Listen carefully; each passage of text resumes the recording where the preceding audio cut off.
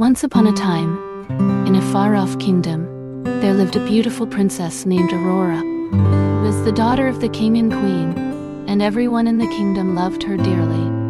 Aurora was a kind and gentle soul, with a heart full of love for all living creatures.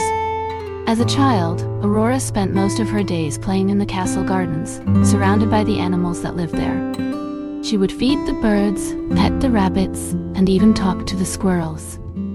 The animals adored her, and she loved them just the same. One day, while Aurora was out for a walk in the forest, she came across a small injured bird. The bird had fallen from its nest and couldn't fly. Aurora picked up the bird and cradled it in her hands, speaking softly to comfort it. She took the bird back to the castle and nursed it back to health, feeding it and caring for it until it was strong enough to fly again. As the bird flew away, Aurora felt a sense of joy and satisfaction.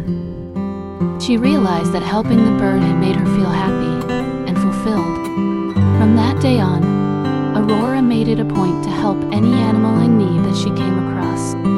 As she grew older, Aurora's love for animals only grew stronger. She would often sneak out of the castle to visit the animals in the forest, bringing them food and treats. The animals loved her for her kindness, and they would always gather around her when she visited. But not everyone in the kingdom was as kind to animals as Aurora was. The king's advisor, a wicked and cruel man named Maleficent, hated animals and treated them with contempt. He would often laugh at Aurora's love for animals, calling her a foolish child for wasting her time on creatures that were beneath her. Despite Maleficent's cruel words, Aurora continued to care for the animals. She knew that they needed her help, and she was determined to make a difference in their lives. One day, Maleficent cast a wicked spell on the kingdom, placing a curse on the princess that would cause her to fall into a deep sleep on her 16th birthday. The curse was meant to punish the king and queen for not inviting Maleficent to Aurora's christening, but it also had a terrible effect on the animals of the kingdom. As the curse took hold, the animals of the kingdom began to fall ill and suffer. The birds stopped singing, the rabbits stopped hopping, and the squirrels stopped playing. The kingdom was plunged into darkness and despair. But even in the midst of all this suffering, Aurora's love for animals never wavered. As she lay in her bed, surrounded by the creatures she loved, she knew that she had to find a way to break the curse and save the kingdom. And so, with the help of her animal friends, Aurora set out on a journey to find the one person who could break the curse, a brave and handsome prince named Philip.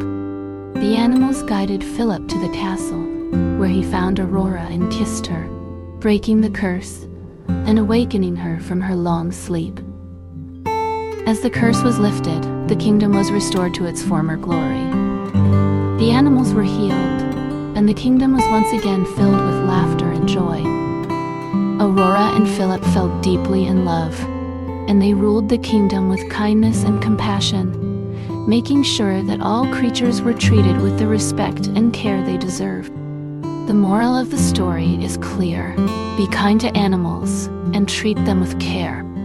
For in doing so, we not only bring joy and happiness to their lives, but also to our own. By showing compassion and empathy to all creatures, we create a world that is more loving, more caring, and more beautiful. And so, Aurora and Philip lived happily ever after, surrounded by the animals they loved, and the kingdom prospered under their wise and gentle rule.